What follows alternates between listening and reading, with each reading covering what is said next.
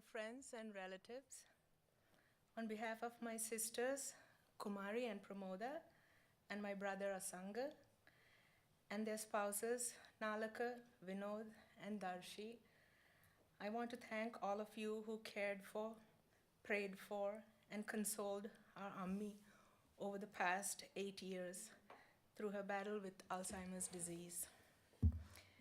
We truly believe that your prayers and positive thoughts at the end of her life contributed towards her passing peacefully, surrounded by all the love she felt, not only from all of us who were next to her, but also from all of you who chanted Pirit and sent positive thoughts from Canada, USA, Sri Lanka, and from places across the world.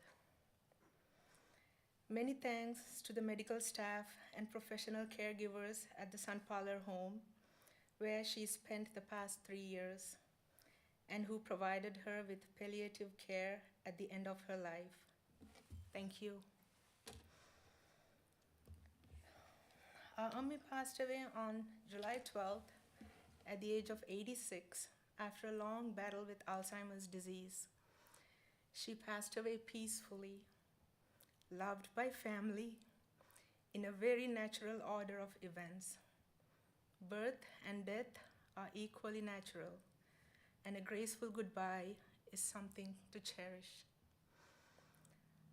Our Ammi was beautiful, intelligent, resourceful, talented, resilient, fearless, non-judgmental, and most of all, she was full of life.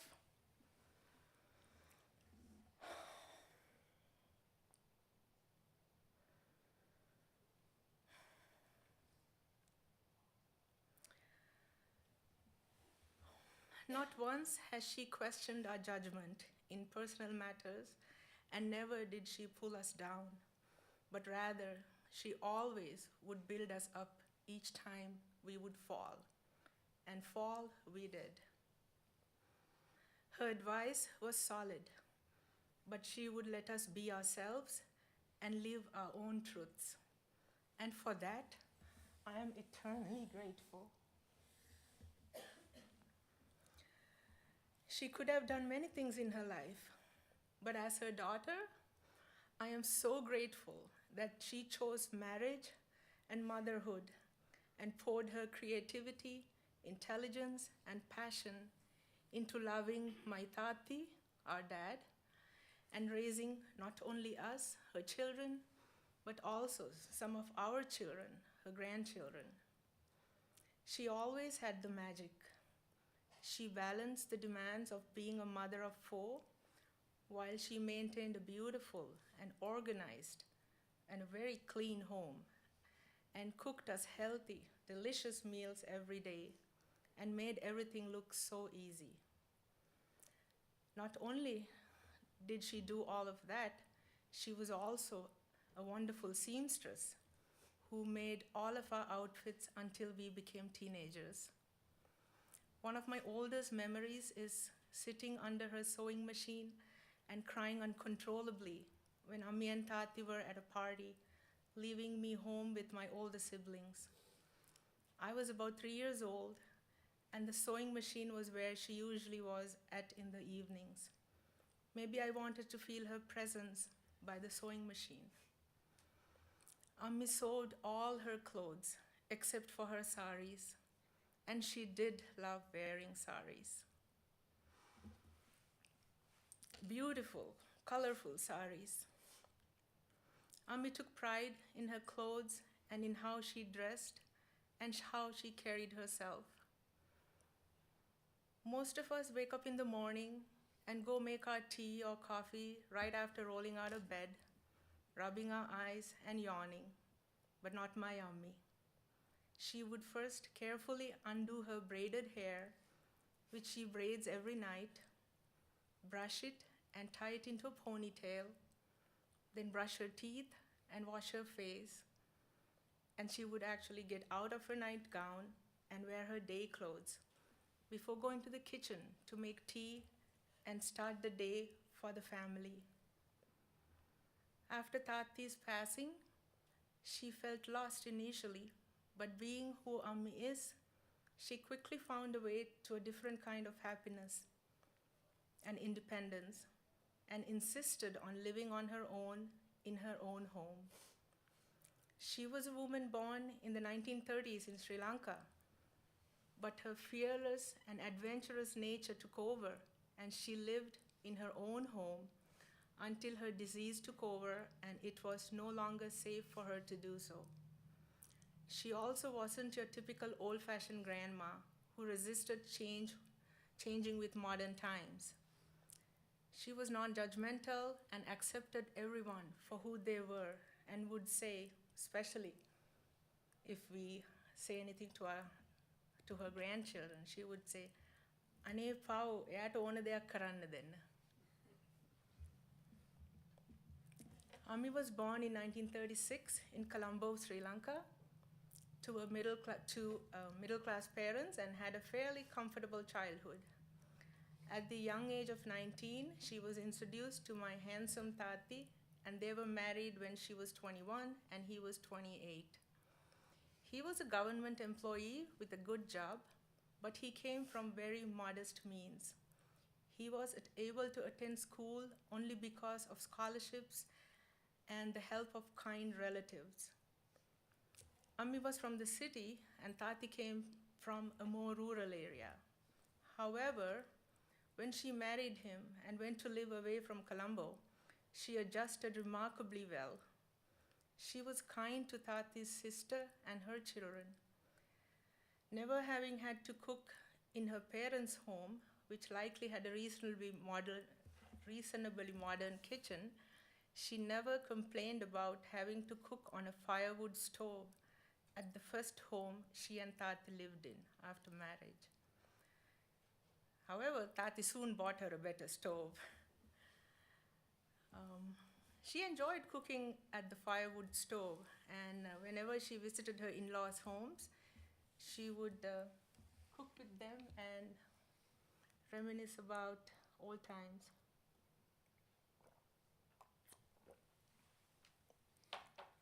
She treated the poor village folks the same way she treated the city folks, with her humor and kindness. Her laugh was so infectious that one would burst into laughter just by watching her laugh, even before hearing her joke. She would literally light up any room. Ammi had exceptional organizing skills. The proof is in her meticulous closet. She lived with me for several years to help me raise my children, and then I too had an organized closet, thanks to her. Ammi had a knack for interior decorating. She loved little knickknacks and ornaments. Her floors were always swept, cleaned, and polished. Her laundry was always done and folded and put away. They never sit in the basket for another week, like mine does. She loved to plant a garden. She also had about 8 to 10 indoor plants at all times. Ammi was a legend in the kitchen. She loved making hoppers for the family, especially for her grandkids and her friends from around the world when they visit. No matter how old we are, our parents are always our parents, and we are always their kid. When she came to live with me to help me raise my kids, every night before dinner, she would pack me a lunch to take to work the next day. Then in the morning, she would make sure I didn't forget to grab it from the fridge in my rush to get the kids ready for school. My vision of my elderly Ammi handing me the packed box of lunch is indelibly imprinted in my brain. And I knew it was pure love. When we were young, I remember when Aya's friends from university visited him at home, Ammi would never let them leave without having lunch. An elaborate meal which she could whip up quickly. Some of Aya's friends and some of my Akki's friends reminisced about this her feeding habit when they heard that Ami was at her end, particularly about the Harpers. Thank you, dear friends, for traveling from afar here today to honor our Ami. Her chicken curry is matched only by her sisters, her beloved sister. Until Ami moved to Canada, she and her sister, my Punchi Ami, did everything together. They lived next door to each other, went shopping together, and we all went on vacation together. My Punchi Ami passed away peacefully on April 29th this year, and I think Ami wanted to go on her final journey and join her beloved sister just a couple of months later. Right now, they're both likely looking down on us and smiling, together with their spouses, parents, and their beloved brothers. Her brothers, her beloved Ayya and Sudu Ayya. As her illness progressed, she referred to every male she loved, such as my brother Asanga and my sons and my nephews, as Sudu Ayya. She loved telling us stories about her fun-loving and adventurous Sudu Ayya, my Sudu Mama. We are thankful for the wonderful childhood she gave us. We cannot imagine a greater gift. I smile when I think of my childhood. I clearly remember holding her hand and walking home with her after getting off the school bus as a child. And I will now directly speak to my Ammi in my final words of this eulogy. ඔබ මතු පුදු වන දවසේ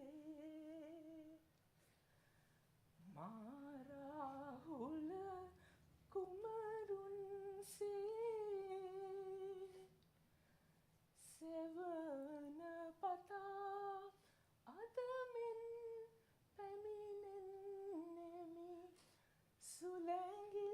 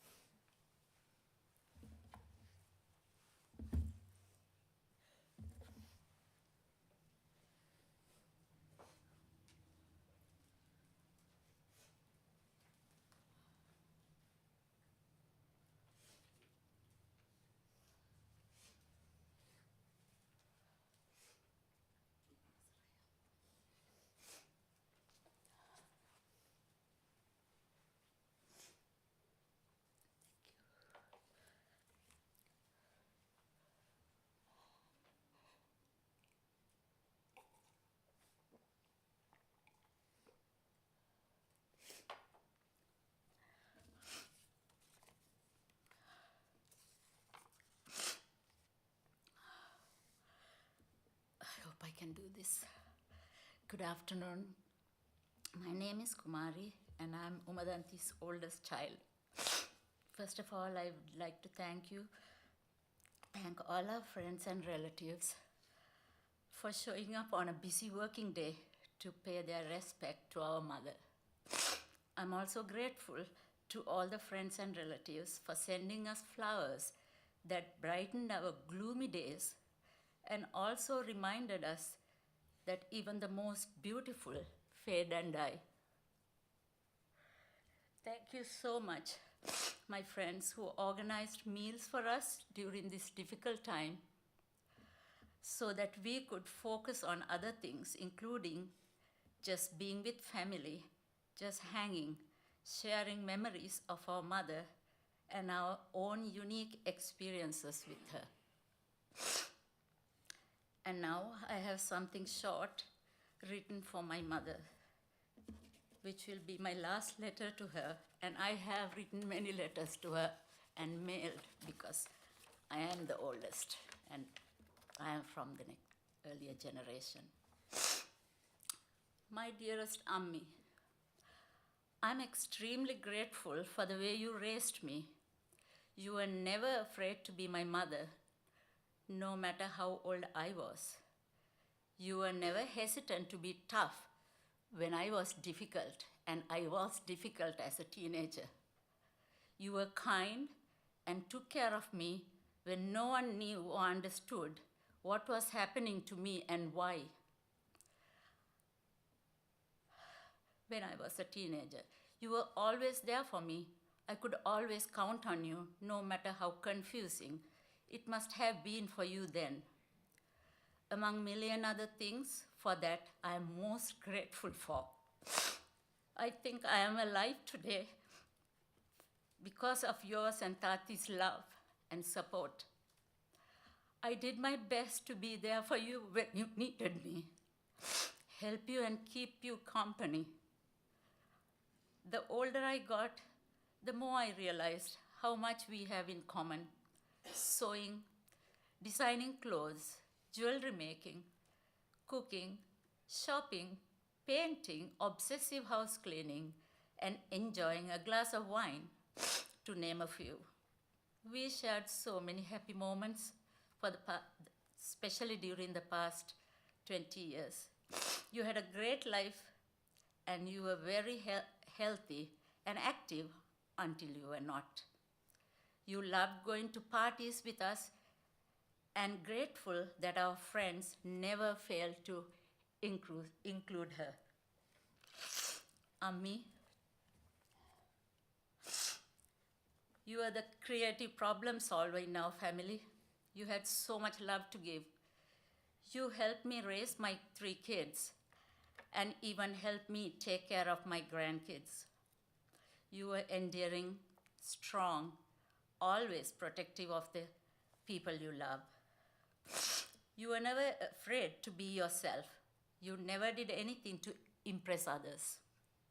You were not afraid to live your life the way you want. You always did what pleased you and what brought you joy. You're the bravest person I know. Sadly, your illness robbed you of the memories of people nearest and dearest to you. They gradually started to fade away. You slowly started to drift away from me. Some days you thought I was your sister. Some days I was your mother. And some days I was your aunt. But once I introduced myself to you, you could remember who I was until the end of my visit. The 45-minute drive after visiting you became harder with time. The most heartbreaking thing for me to watch was how you stopped talking about and could not remember anything about our Tati, the man you loved with all your heart for over 45 years. I will remember them for you, Ammi. I hope one day we will meet again and continue our conversations, including the silly ones. Hopefully, you will fill my life with laughter and joy again. May you find the path to attain the supreme bliss of Nibbana. Love, Kumari. She always called me Kumari, never Dua.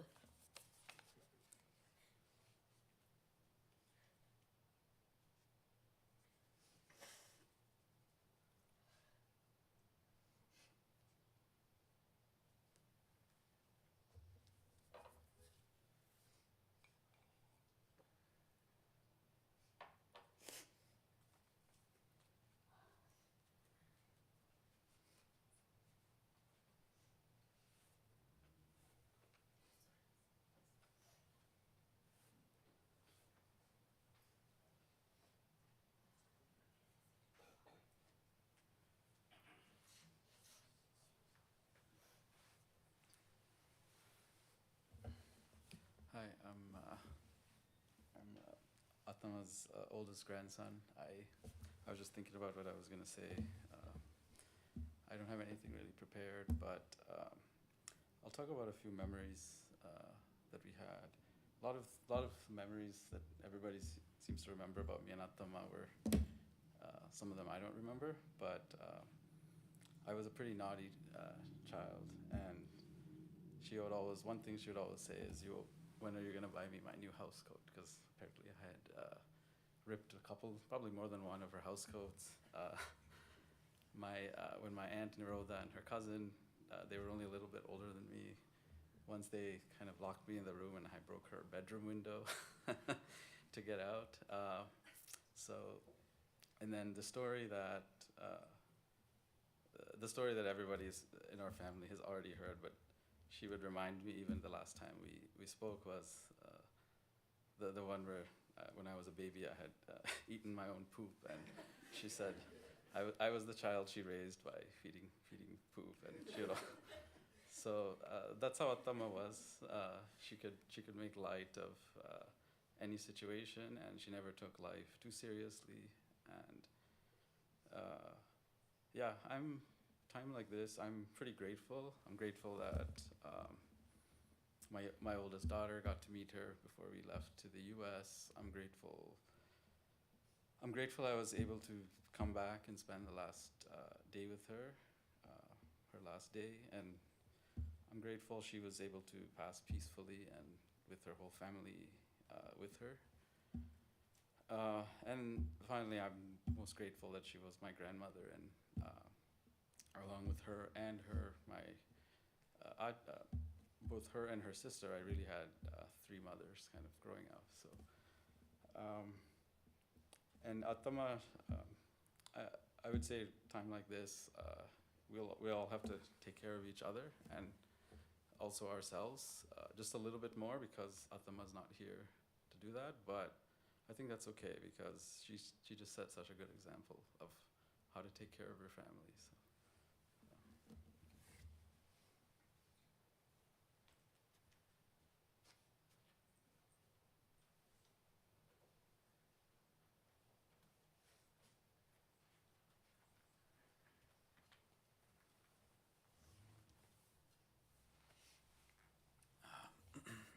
My name is Suhita.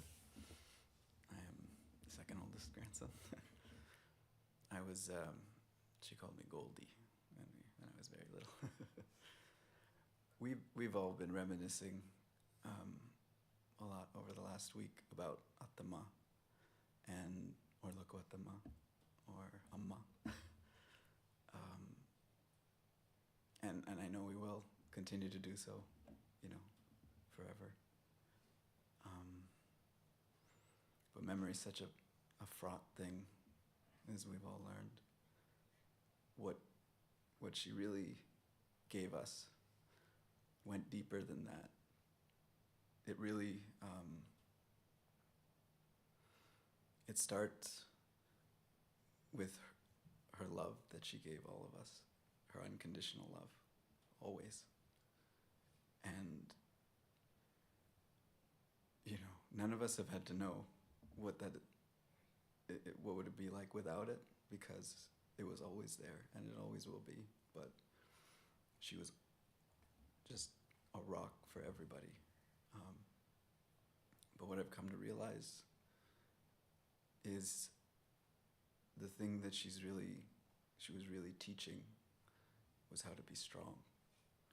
It was her strength that she was imparting on us, and her strength came from her love, and her love came from her strength. How to be strong? She taught us how to do that, because we wouldn't always know how to go on, but she knew that before we go out and we conquer the world, we need a good night's sleep and a nice big meal, one that you finish. I'm looking at you boys. She always took such joy in feeding us.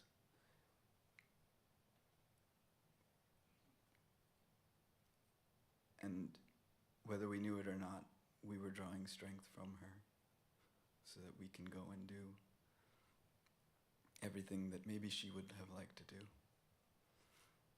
She's had a very long and rich life. In her time, she lived through a world war, a fight for independence in Sri Lanka, and a civil war, a pandemic, and any number of other things. But she was always strong, and she did everything with her heart. And as we go forward, we just have to remember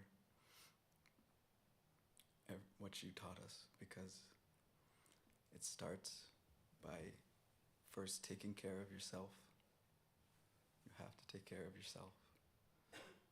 And she taught us how to do that so that we can take care of others. And when she was no longer able to do the things that she needed to take care of herself, she accepted help, maybe for the first time in her life since she was a child. But she knew that she had to, because that's how you go on, and that's how you go forward. You do what you have to. You take care of yourself, you take care of those you love, and we move forward. And as we look around, I see her face reflected in all of ours, like a hall of mirrors, and it will reflect forward into the future endlessly. And we'll take her with us, not just memories, but all of her love that she gave us is still there. And it's something that all of us can draw from for the rest of our lives. And, I'm going to miss her.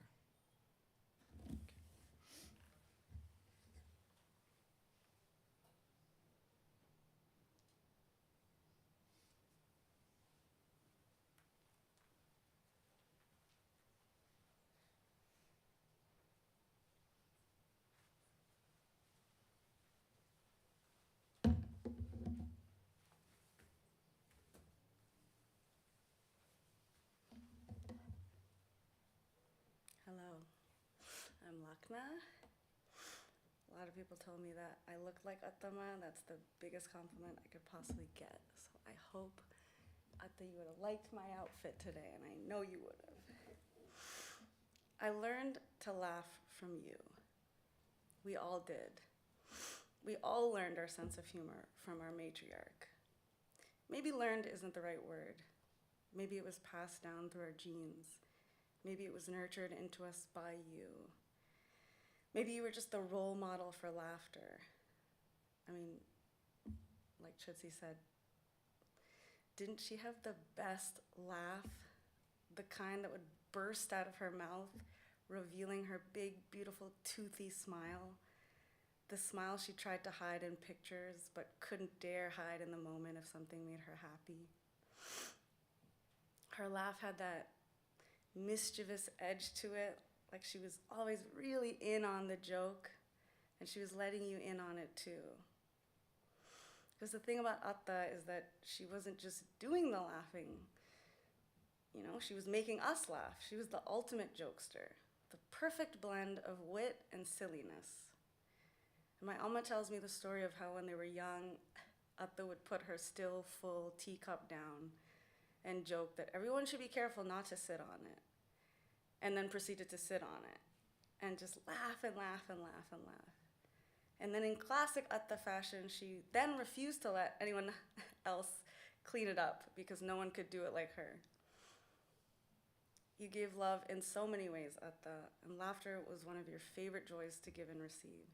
Because no matter where you were, whether it be in your home in Sri Lanka, neighboring your sister's place, or the house you shared with Sia in Windsor, or in front of the big window in the room you passed away peacefully in, you always knew how to make others around you laugh and smile and have a good time, and in turn, have a roaring time yourself. And I've learned this from you. Having fun, showing love, spreading joy, these are all things you can do despite any circumstance or location or limitation. I always find myself wondering what Atta would be, you know, if she grew up like today. She was the most capable, intelligent, and creative person. Could be any number of things. A fashion designer, a chemist, a comedian. The sky's not even the limit. The limitations aren't real if you don't let them convince you of it. And Atta knew that. And now I know that. And now I spread love and joy through laughter and some occasional cleaning too. So thanks for making us laugh and for cooking the best food and sniffing our faces when you'd kiss us so you can inhale the skin cells made of your own, and for having a great sense of style, and for letting me play with your hair, and for raising my amma who raised me, and for being a second amma to my tata, and for always holding space for everyone you knew to just be themselves, and for passing down your big toothy smile through the generations, and most of all, for letting us make you laugh. The sound of your laughter will be one of my greatest memories, one that will never fade. Love you, Umadanthi, my atama.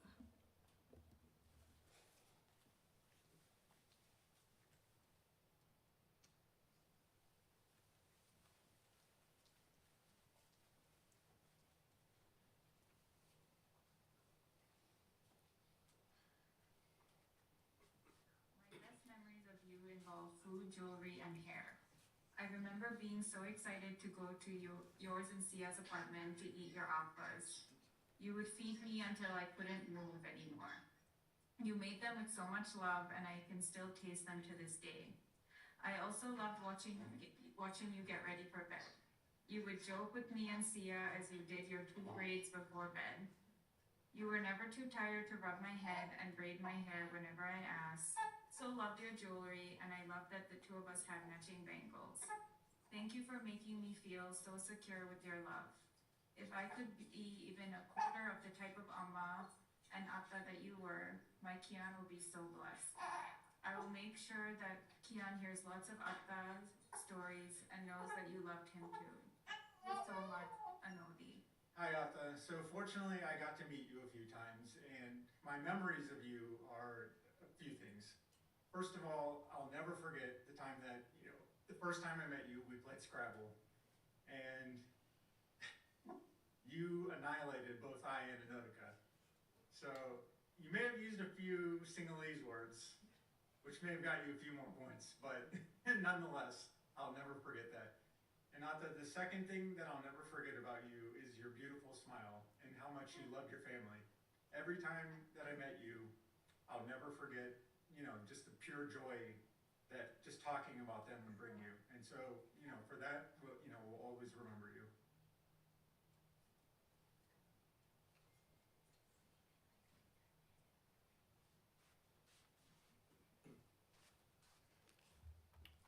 Hi, I'm Coven. So, Atta, as you all know, showed her love through her food, and I remember her spending months at a time at our house, and I remember thinking around like 12:30, right after I had lunch, I was gonna go home and have an afternoon snack from my Atta, and every day was the same thing. She would make me a bowl of ramen with cut up hot dogs, and I still eat that, as Joey can attest to, almost every week. I also remember coming home and having a bowl of ramen hot dogs while watching tennis with her, our favorite players, Agassi, Sampras, Djokovic, and she always let me hit the tennis ball against our garage, making many dents in it. So sorry, Emma, but she let me. She also was always so put together, never had a hair out of place. As you can see there, in her battle with Alzheimer's, we did a run, and I was assigned the task of getting her to the track, which was interesting. She had on like house slippers at the time, as you can see there, and for about 20 minutes we were arguing because she wanted to go back and put her day shoes on. But I assured her that she would be pushed in a wheelchair, but the look of her not put together mortified her. eventually we got there, and I remember pushing her, and her the whole time telling me to go faster to keep up with everybody else. So eventually running with her. She was just as fiercely competitive as she was loving and thoughtful. And I know she would be very proud of the person I am today. So thank you. Miss you.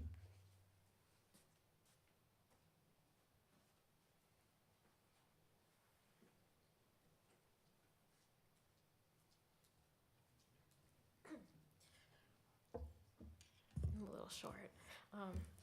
So my name is Tierney. I was the oldest daughter of her only son. Growing up, I didn't really have grandparents growing up. I had Atta, and I had Sia, who unfortunately passed when I was 6 years old. But I never felt like I was missing out because the amount of love and joy and attention and care that Atta provided made me feel like I had hundreds of grandparents. So for that, I will always be eternally grateful. I always thought I had the coolest grandparent growing up. We would play cards together. She would make sure to never let us win so that we would know that things are never just handed to you. We would play Kerplunk, and even though she didn't understand the game fully, she just liked to play with us. I'll remember we had a treadmill in our living room, and she would run on it and watch her soaps.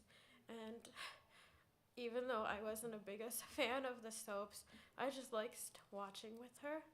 So in my mind, we'll always be watching Days of Our Lives, General Hospital, Golden Girls, or we'll be at the park with her running around the track and doing her laps. Even though she's not with us today, without her, a lot of you wouldn't be here either.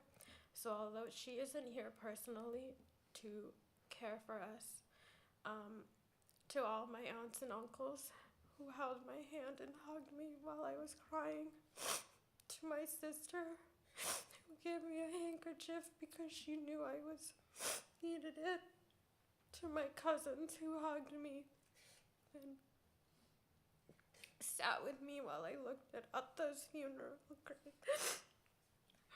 I know that she's here all around us, and that even though she's not here to care for us personally, because of her, all of you are here, and we can be here to take care of each other. So Atta, thank you for providing the gift of my whole family. Without you, there is none of us. And even though you are not here, we are not alone. So thank you.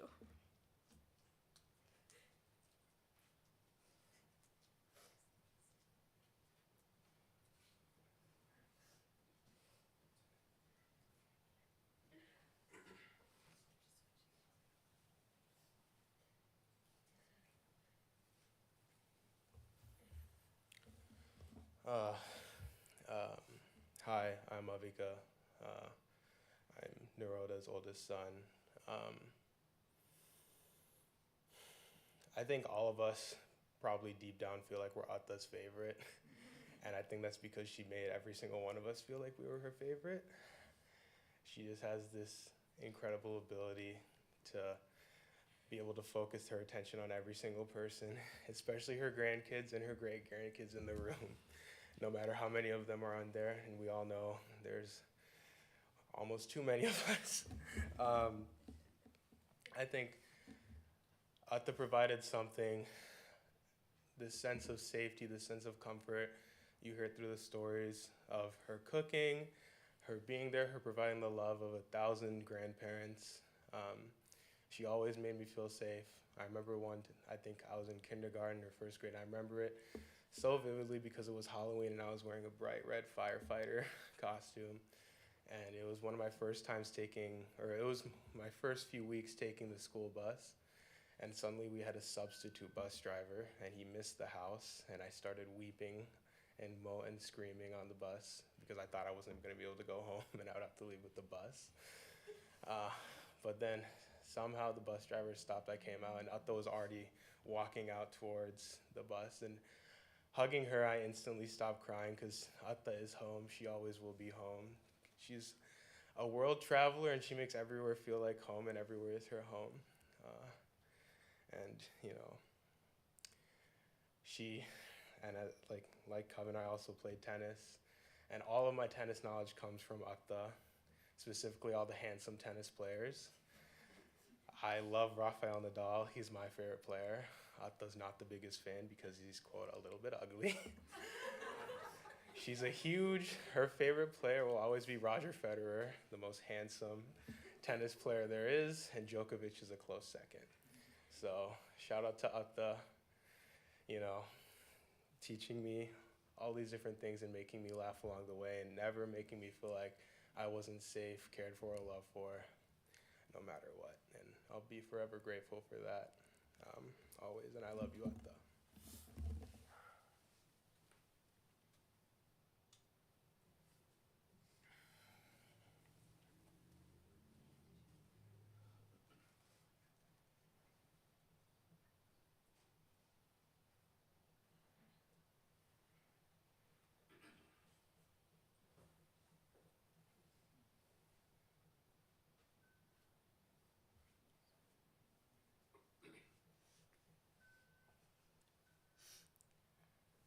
I'm Melanie. I'm Atta's son's second daughter, Tierney's sister. Coincidentally, we didn't coordinate this, but I was also going to talk about playing games with Atta. Because like my sister said, to this day, I've never beat Atta in a single game of literally anything. Now, I didn't exactly have the pleasure of playing Scrabble with Atta, mostly because as a child I was grossly illiterate. However, I did get to play card games with her. I didn't really mind losing to her in the card games like Go Fish, Crazy Eights, and Borua. Honestly, I was used to losing to my sister at that point. However, the game my sister mentioned, Kerplunk, that one got my blood boiling back then.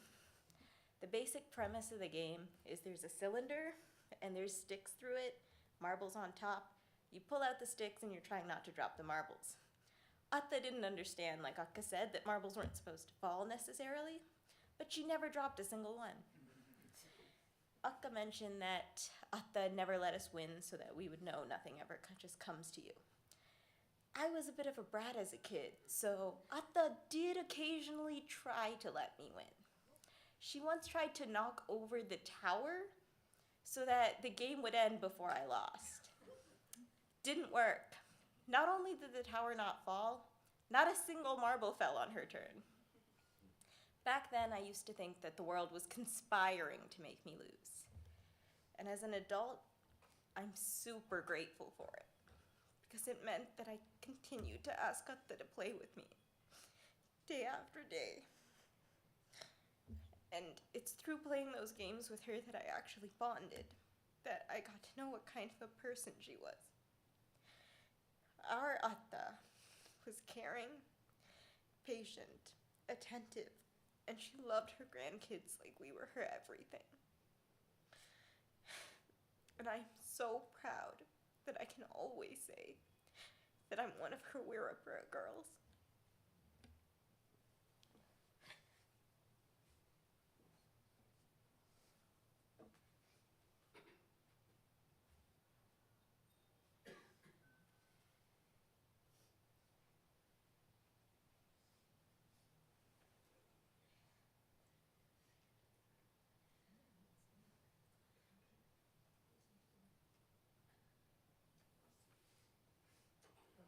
One of my favorite memories with Atta was back in elementary school when she used to live with us. She used to rub my back before I would go to sleep sometimes. And she would notice the vertebrae in my back. She could feel the bones because I was real skinny. And so in response, she made it her life mission to fatten me up a little bit and feed me. And so for years after that, every meal she would feed me. And looking back, I really appreciate that because I was real skinny, and I just think that was one of her ways of showing love to me.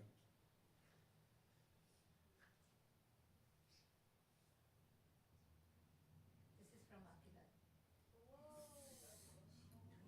And that's Denu holding Vayama's hands.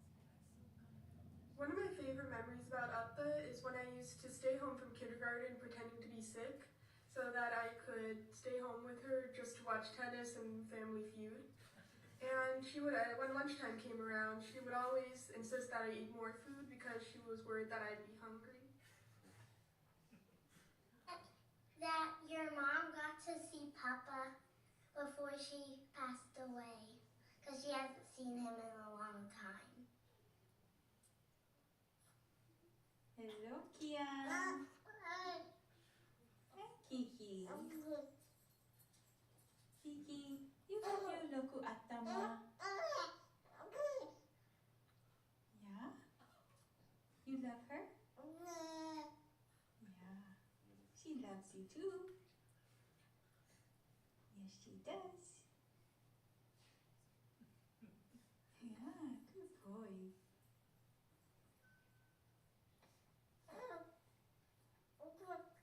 Aw,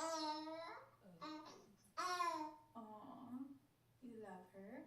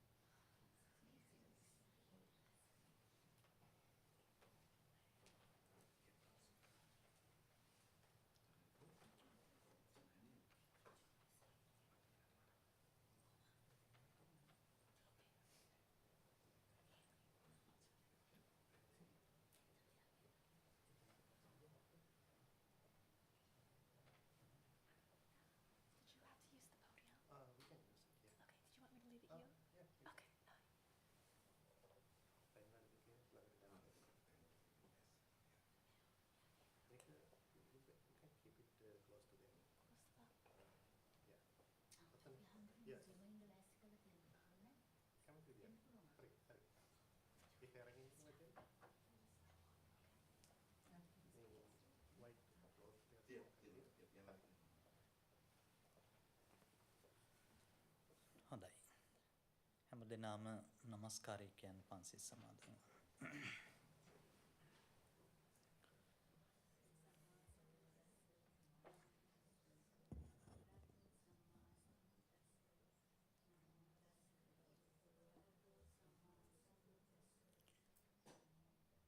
බුද්ධං සරණං ගච්ඡාමි.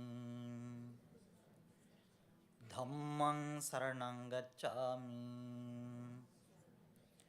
සංඝං සරණං ගච්ඡාමි. ဒုတိယံ පි බුද්ධං සරණං ගච්ඡාමි. ဒုတိယံ පි ධම්මං සරණං ගච්ඡාමි. ဒုတိယံ පි සංඝං සරණං ගච්ඡාමි. තතියං ပි බුද්ධං සරණං ගච්ඡාමි. තතියං ပි ධම්මං සරණං ගච්ඡාමි. තතියං ပි සංඝං සරණං ගච්ඡාමි. පානාති පාතා වේරමණී සික්ඛාපදං සමාදියාමි.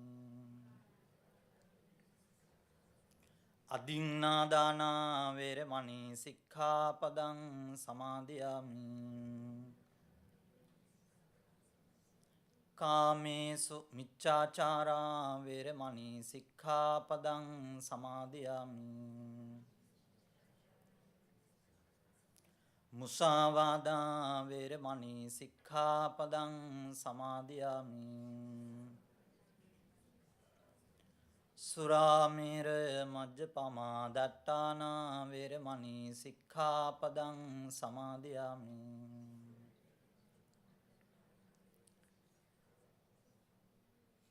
අතිගෞරවනීය අපේ සංකිච්ඡ හාමුදුරන් වහන්සේගෙන් අවසරයි. සංවේගයට පත් සදහැබර පින්වතුනි, දසක 8කට අධික කාලයක් අප අතර ජීවත් වෙලා ඉඳලා අපෙන් සමුගෙන යන ආදරණීය මව්තුමියට ඥාතිවරියට අවසාන ආගමික වතාවත් සිද්ධ කරන අවස්ථාවට අපි හැමෝම සම්බන්ධ වෙලා තියෙන්නේ. මේ වෙලාවේ මම දීර්ඝ අනුශාසනාවක් සිද්ධ කරන්න බලාපොරොත්තු වෙන්නේ නැහැ. ගෞරවනීය අපේ සංකීර්ණ පඬිත හාමුදුරන් වහන්සේ විසින් අවස්ථානුකූලව ඒ ආගමික වතාව සිද්ධ කරමින් අනුශාසනාවන් සිද්ධ කරනු ලබනවා. වින්ස බුද්දිස් විහාරයේ වෙනුවෙන් කෙටි අනුශාසනාවක් සිද්ධ කරන්න බලාපොරොත්තු වෙන්නේ.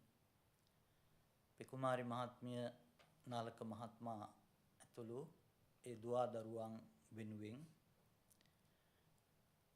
ආදරණීය මෑණියන්ගේ ජීවිතය පිළිබඳව ඔගොල්ලෝ අද දවස පුරාවටම සාකච්ඡා කරනවා, කතා කරනවා, ඇගේ ගුණ ගායනා කරනවා. ඔබ ඇයට වටිනා පදවියක් ලබලා දුන්නා. අම්මා කියන ඒ උතුම් පදවිය ලබා දුන්නේ දරුවෝ හැටියට ඔබයි. එනිසා අය নিরතුරුව වන්දනාවට මානනයට ලක් වුණා. දරුවන්ගේ ආදරයට ගෞරවයට පාත්‍ර වුණා. ඒ වගේම වටිනා මුණුපුරු මිනිපිරියන් පිරිසක් ඇගේ ශක්තියෙන් මේ ලෝකයට දායාද වෙලා තියෙනවා. එනිසා එවැනි ගුණගරුක ජීවිතයක් ගත කරපු ආදරණීය මෞතුමියගේ ආච්චි අම්මගේ ගුණ සිහිපත් කරමින් ඇය වෙනුවෙන් අපට කරන්නට පුළුවන්කමක් තියෙන උතුම්ම වටිනාම මෙහෙවරයි මේ හැම දෙනා එකතු වෙලා ඉෂ්ට සිද්ධ කරන්නට සූදානම් වෙන්නේ. ලෞතර බුදුරජාණන් වහන්සේගේ දේශනාවට අනුකූලව මෙලවට පහළ වෙන සෑම සත්වයකටම උරුම වන ධර්මතාවයකට අපේ මෞතුමිය මුහුණ දුන්නා. එනිසා මේ වෙලාවේ අපිට කරන්නට පුළුවන්කමක් ලැබෙන්නේ මේ විදිහේ ආගමික වතාවතක් සිද්ධ කරලා ඇයගේ පරලෝ ජීවිතය පිළිබඳව සිහිපත් කරලා ඒ සාංශාරික ගමන සුවපත් කරලීම පමණයි. එනිසා ඔබ හැම දෙනාම තාමත්ම ගෞරවයෙන් යුක්තව තිසරණ සහිත පංචශීලයන් සමාදන් වුණා. තව සුළු මොහොතකින් පිළියෙල කර ගන්නට යෙදුණු මතක වස්ත්‍රයන් මහා සංඝරත්නයේ උදෙසා සාංගිකව පිරිනමා පූජා කරනු ලබනවා. ඒ වගේම ජීවිතයේ අනිත්‍යතාවය පිළිබඳව සිහිපත් කෙරෙන අනිත්‍ය ප්‍රතිසංයුක්ත ගාථාවන් වලට සවන් යොමු කරනවා. මරණය පිළිබඳව මොහොතක් හරි සිහිපත් කරලා අපි භාවනාමය කුසල කර්මයක් ජනිත කරගන්නවා. මේ සෑම ආකාරයකින්ම ජනිත වෙන උදාරතර පුණ්‍ය ශක්තියේ බල මහිමය අපගේ ආදරබර මෞතුමියට ආච්චි අම්මට ඥාතිවරියට නැන්දනියට මේ උතුම් පුණ්‍ය ශක්තියත්පත් වේවා. ඇයගේ සංසාර ගමන සුවපත් වේවා. උපදින භවයක් පාසාම ආයුෂ වර්ණ සැප බල ප්‍රඥා කියන පංචවිධ සම්පත්තියන්ගෙන් ආඩ්‍ය වූ ජීවිතයක් ගත කරලා උතුම් නිර්වාණ ධාතුව අවබෝධ කර ගැනීම දක්වාම මේ සියලු පින් කුසල් හේතු වේවා, වාසනාව වේවා කියලා සාදු කියලා ප්‍රාර්ථනා කරමු. ඔබ හැම දිනාටමත් මේ සිදු කරන මේ උතුම් පුණ්‍ය ශක්තියන්ගේ බල මහිමෙන් මානසිකව පවතිනා වූ සියලු දුක් දුම්නස් දුරු වේවා. ශාරීරිකව පවතිනා වූ සියලු දුක් දුම්නස් කරදර බාධක සියල්ලක්ම දුරු වේවා. සැපත සාන්තිය උදා වේවා. සැමට උතුම් නිවනින් සැනසුම උදා කර ගන්නට මේ සියලු පුණ්‍ය ශක්තියන් හේතු වේවා, වාසනාව වේවා කියලා සාදු කියලා ප්‍රාර්ථනා කරමු. හැම දිනාටම තෙරුවන් සරණයි.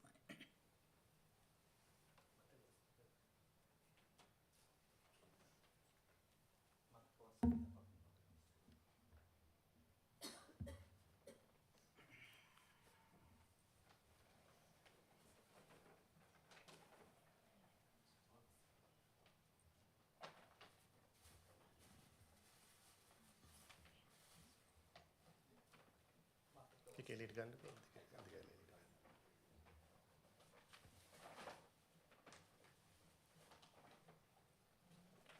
කොහොම තියාගන්න. කොහොම තියාගන්න. පොඩ්ඩක් ඉන්න.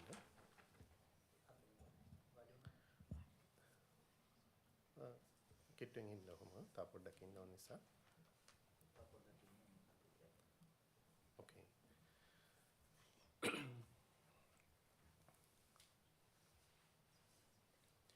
So that was our Bante Saddha Tissa from the Windsor Buddhist Vihara earlier. So dear friends, now today we have come to the most important part of this funeral service, that we are going to perform some spiritual, religious practices in order to transfer the merits to your beloved mother, your grandmother, your good friend. So we experienced a lot of affection, a lot of emotions, a lot of tears at this moment. And for all these times, you gave everything possible to make your beloved mother, your grandma, very comfortable, happy, and peaceful, especially during this difficult time. But everything that you did are left today, as she is leaving all of us today. So, according to our Buddhist understanding, Buddhist practices, philosophy, we understand none of these things can be carried to the next life.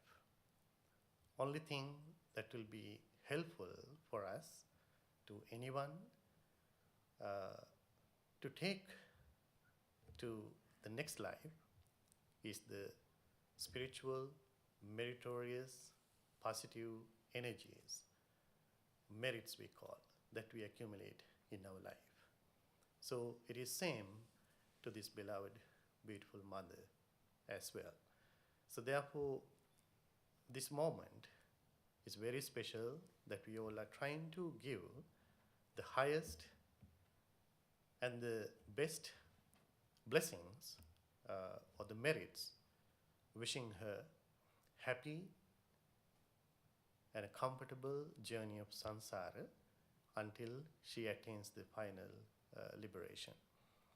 That's why we are performing this special ritual or the practice today. It is called the Mataka Vastra Puja. Here we make sure that we accumulate lots of merits within our hearts and minds.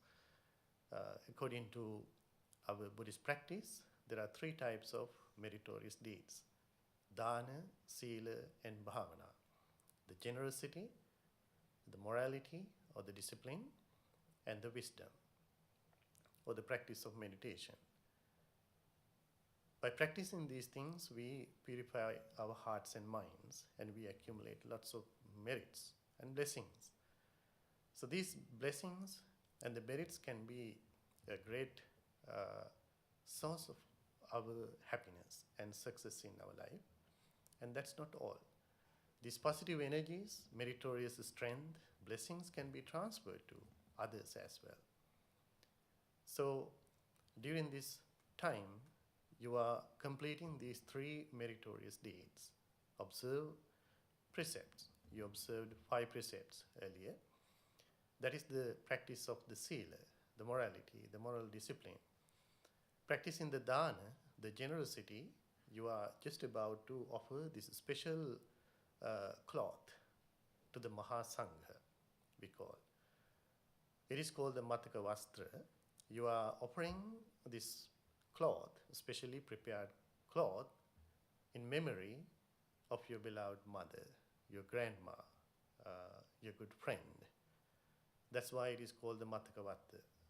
You are making this offering in memory of your beloved mother. When we offer something to the Mahasangha, it doesn't mean, or it does not become limited to the monks who are present here, as you know already. You are making this a special offering to the community of Mahasangha, all the monks and the nuns, even during the time of the Buddha, even those who lived in this true human history in the world, and who are present today in the world and who are yet to come in the future. So you are simply offering this special cloth to the entire noble community of the disciples of the Buddha. That way you earn enormous merits, infinite merits. And that is what we are going to transfer to your beloved mother today. And of course, we are reflecting on the reality of death and dying here. It becomes a form of meditation, insight meditation we call. We all think about the death and dying, the ultimate reality, the truth of our life. So that way we complete these three meritorious deeds, dana, sila, bhavana. And this is the best thing we can give to your beloved mother today, and nothing else.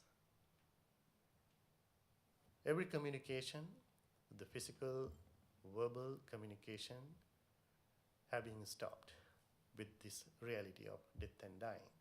But only thing now we can perform, maintain, is the spiritual communication. Still we can think of her, we can remember the beautiful moments as we all just happen to hear from all of you. With all these good memories, now you are ready to make this a special offering to the Mahasangha. So as you are very familiar with this tradition, this family is very close to the temples, the Buddhist practice. So they have done these things before.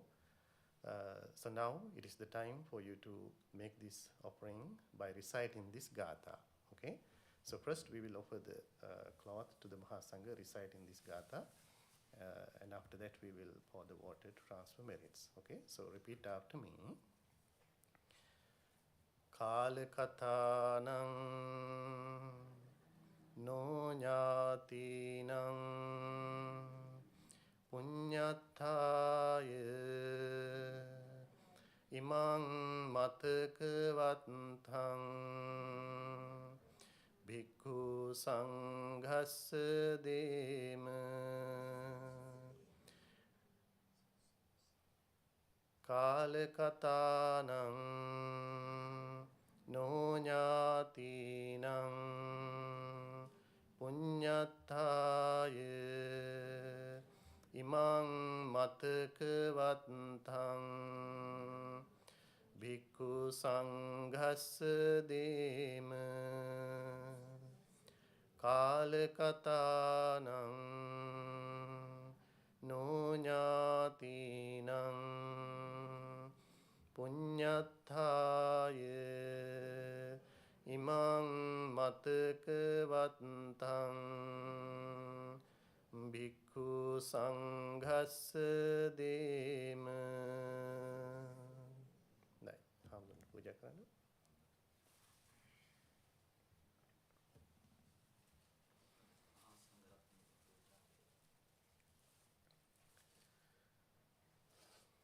Okay, so now you offered this special cloth to the Mahasangha as a pansukula in memory of your beloved mother, your grandmother, your good friend. And we have accumulated lots of merits within our hearts and minds. So now we are going to transfer all these merits, performing this traditional ritual custom by pouring the water to the empty cup until it overflows, symbolizing the important understanding of our Buddhist practice that by receiving all these good merits, our love and blessings, may our beloved mother, our grandmother, receive our blessings, and may she rejoice in our good karmas, and may she be happy and comfortable in the sansaric journey and may she finally attain the supreme happiness of Nibbana. With that understanding, we are going to transfer the merits by pouring the water. All right, so everybody, anyone else want to join, you can come forward.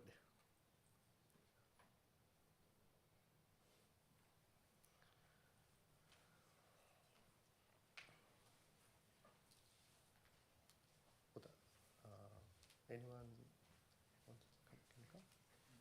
If anyone wants to take a picture.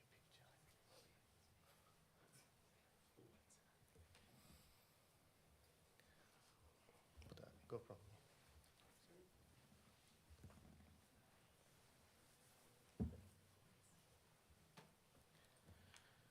So now, as all the family members are around this ritual, so please bring all your good, beautiful, wonderful memories for your entire life with your beloved mother.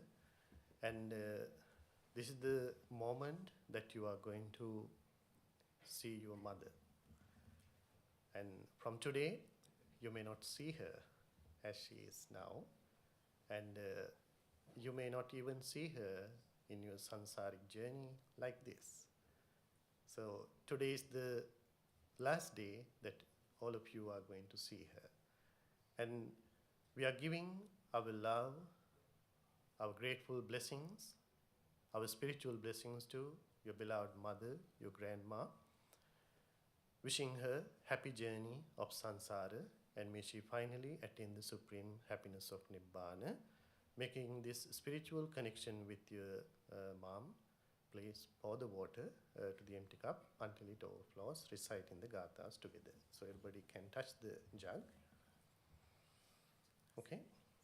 All right, recite the gatha also at the same time. Idammi ñātīnaṁ hotu sukhita huntu ñātayo. Idammi ñātīnaṁ hotu sukhita huntu ñātayo. Idammi ñātīnaṁ hotu sukhita huntu ñātayo.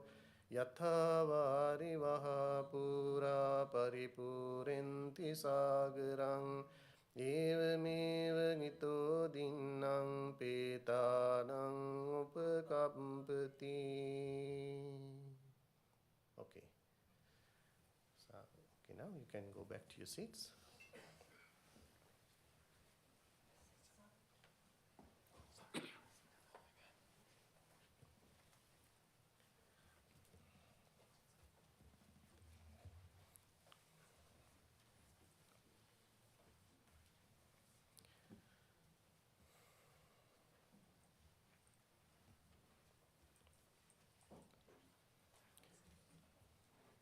Okay, dear friends, myself and many of our congregational members of the Great Lakes Buddhist Vihara in Michigan are here to perform this funeral service, this spiritual service, and to show their love and gratitude to this family. I still remember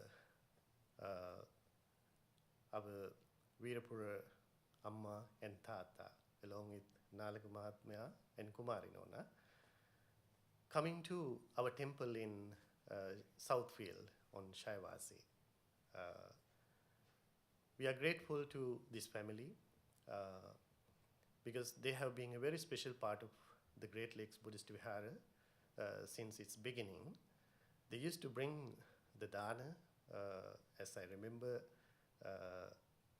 every month, and to attend every special occasion performed, conducted in the temple, and giving all the support, the participation whenever possible. So I still remember these beautiful faces of Weerapura, Amma and Tata. Abhay Weerapura, somehow that name is very much in my brain. So they were very close friend to us, to the venerable monks in the temple. They used to attend, participated in all our spiritual religious activities.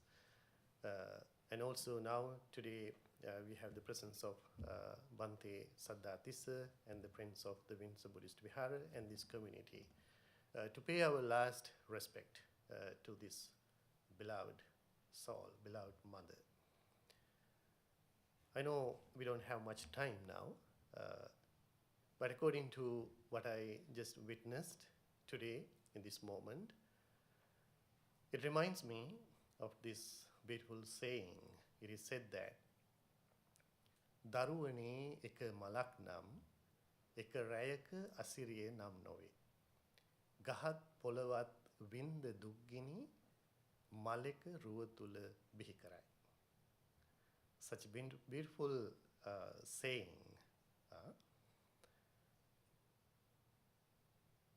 Every flower falls off, leaving a sweet fruit to the world. And this mother who is saying goodbye to us forever today, she is one of the luckiest, fortunate, precious mothers in the world, to be surrounded by these beautiful children, loving, caring children, and my goodness, bunch of grandkids. I just went through the list. I can imagine how happy she had been for all these years to be surrounded this love and caring. I don't think every mother gets this opportunity, this blessing. So she's one of those fortunate mothers in the world. So today, as we are witnessing, this is the essence that she's living to the world. And most of the time, the sacrifice, the dedication, the love, energy, everything that the earth and the nature provides to produce these fruits, they are not seen, they are not appreciated that much. But eventually, this is what we enjoy. The entire world benefits. So exactly this is what we see today. Just like the Gahat Polawat, the tree and the earth, this beautiful mother and the father, the Weerapura parents, their dedication, their sacrifice, their love, infinite support, raising these children to the world and giving these beautiful flowers, fruits to the world. We can see that beauty. And this is the most important thing that we are celebrating today, appreciating today. I know that, as we all heard now, she was the biggest strength in this family, as I can feel. Everybody talks wholeheartedly. There's no doubt. So you didn't feel that gap, you didn't feel that empty space when your dad passed. Why? Because she was there. She was there giving you everything possible. Being there physically, mentally, emotionally, spiritually, and every aspect. So from today, you are going to miss that as well. And you are not going to have it anymore. So you are on your own, as I heard from many grandkids today. She has given that strength to you to be alone, to move forward on your own. So she taught so many lessons. She gave you so much joy playing those cards and other games. So you have all these beautiful memories to carry on. And not only that, she being the best example for you. Maybe more than your parents, maybe, right? Being a old lady, struggling a lot, right? But still enjoying the life to the fullest. with your support still. She taught so many lessons to you: how to be smart, how to be strong, how to be successful after all, right? So you are carrying all these lessons moving forward. But don't forget, even saying goodbye today silently, she's giving you all the ultimate lesson for your life, which is that you are here for a short time. I am leaving first. You will be the next. You are next. So this is the ultimate lesson we all have to learn in our life. Even though we are surrounded by so many people, our family members, grandkids, friends and others, we feel whole world around us. We are moving like that. But according to the teachings, we can see that we all are the single travelers in this journey. This is one of the occasions that we strongly feel that. We travel this journey alone. In this level, no one is going to share it. No one can share this experience. No matter how much you love, no matter how much you care for your mom, you're not going to follow her. It is impossible. There's no such a thing. She has to face it alone. She has to move on alone according to her own karmas, we call, how she spent her life. And even no matter how you live in this world, what kind of meritorious deeds, spiritual life you live, it's going to be a great blessing and happiness to her indeed. But what mostly matters is how much she has done, the good karmas, positive karmas, spiritual karmas. So we all should remember that. We cannot give that responsibility to anyone. We all are responsible for that. We have to take that responsibility very seriously, knowing that we have to face these ultimate life experiences alone. When we become sick, when we lose our dear ones, loved ones, and when we get old, very especially, and when we say goodbye to everybody, everything, leaving behind everything that we accumulate in our life, we have to face this experience alone. Nobody can share it. Nobody can give a piece of it to someone else to relieve. There's no such a thing. So knowing that, we should reflect on this reality of death and dying again and again, again and again, even though it sounds very pessimistic, negative, sometimes scary even. According to the Buddha's teachings, this is the most beautiful reflection that never harms you. The more you think about the death and dying mindfully, intelligently, more happy you become, more peaceful you become. One day, a psychologist came to me to learn about this special type of meditation in the Buddhist practice, the mindful reflection on death and dying. She wanted to know the secret, why we do that, what good it can give to someone. So we had a very beautiful discussion on that. And she learned that this is one of the techniques, very practical method to alleviate, let go of unnecessary stress and anxieties in life, everyday life. If one mindfully, intellectually, wisely reflects on the death and dying, it's a great way to let go of our worries, our unnecessary problems in our life, conflicts in our life, stress and anxieties that we experience every day. Just to keep that in mind, we are here for a short time, not forever. That gives you such a huge relief. Why we bother? The pandemic gave us that powerful message. Even young generation started thinking about, what's the meaning of this struggle? When everybody is saying goodbye, many people around us that we love, people started thinking about it. But now it gradually goes away as everything is back in move, But this is something that we should never forget. We always think about that powerful message for our benefit, to live a peaceful life, to be able to let go eventually. Whenever you think about the death and dying, you learn how to let go of things very easily, knowing that you can never get a hold on to anything permanently.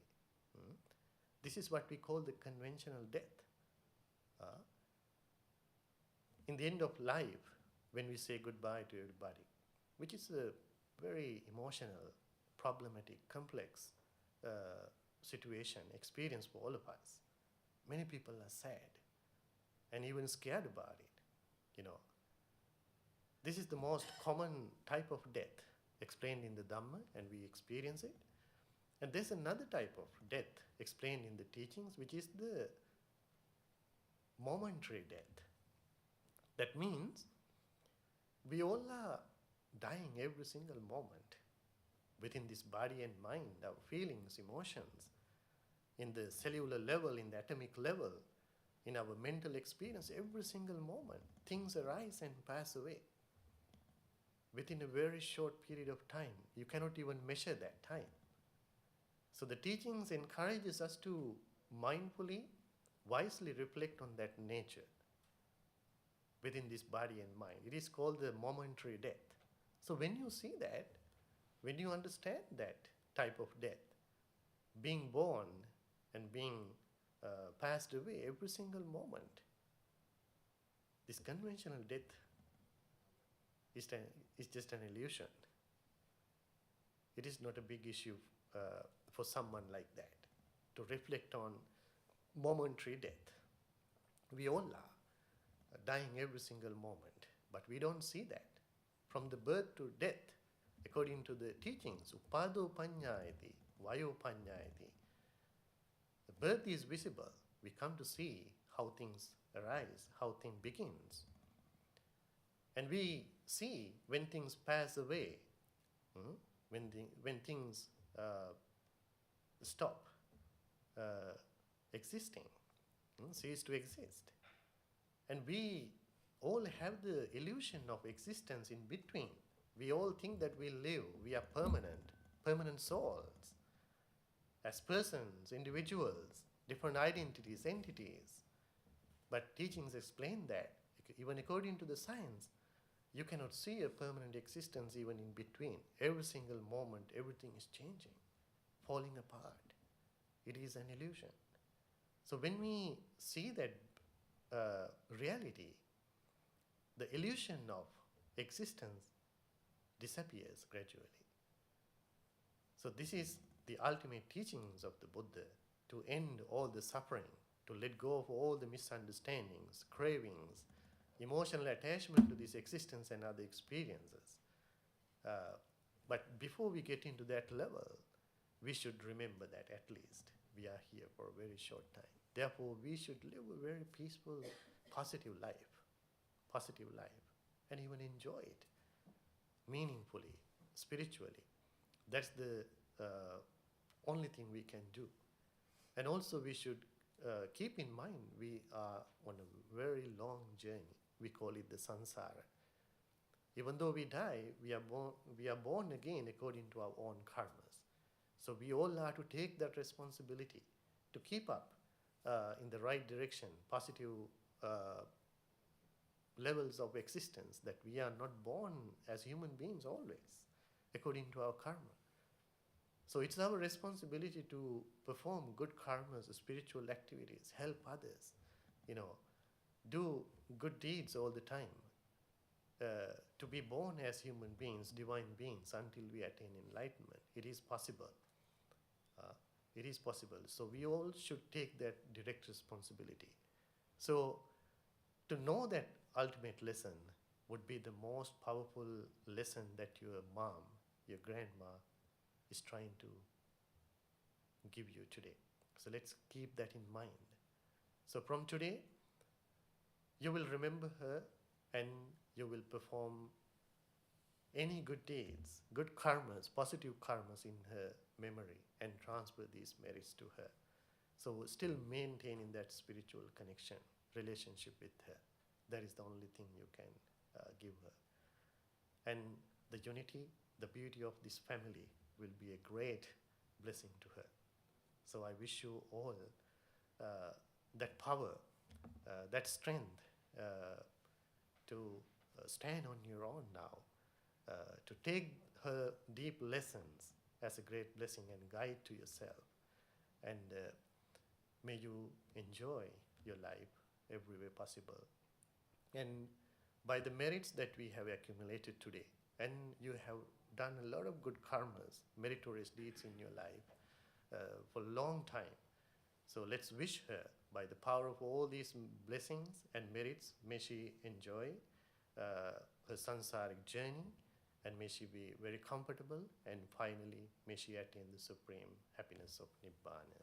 So, thank you.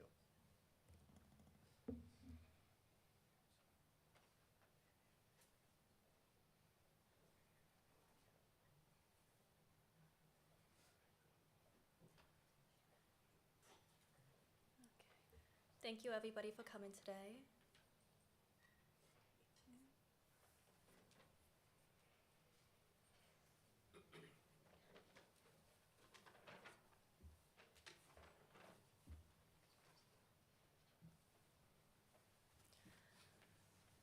We will now be making our way to Heavenly Rest Cemetery, where there will be a private witness of cremation. Those who are not family, I'm going to ask that you make your way into the lobby. That way it leaves the immediate family behind to say their final goodbyes. Will only be a few moments, and then we'll make our way out. Also, those who are acting as pallbearers, you're just going to meet the staff at the front doors. If you're family, you can just go to the doors once we're done here. Yes.